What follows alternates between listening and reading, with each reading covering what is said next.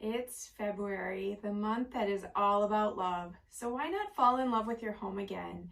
There are some very simple ways that you can do this through just cleaning your house. So first, go ahead and declutter.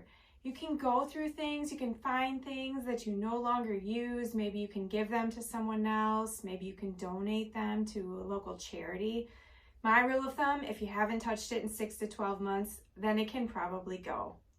You should also schedule some time to go through your closet. So this is where you take everything out of the closet. You deep clean it.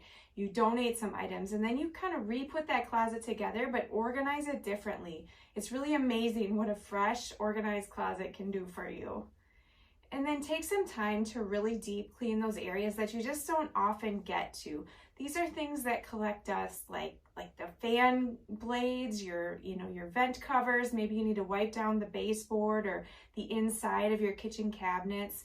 But just, that fresh, clean feeling, it can make a huge difference.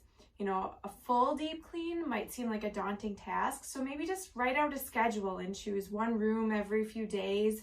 But I promise by the end of the project, you will have fallen in love again with your newly cleaned and organized home.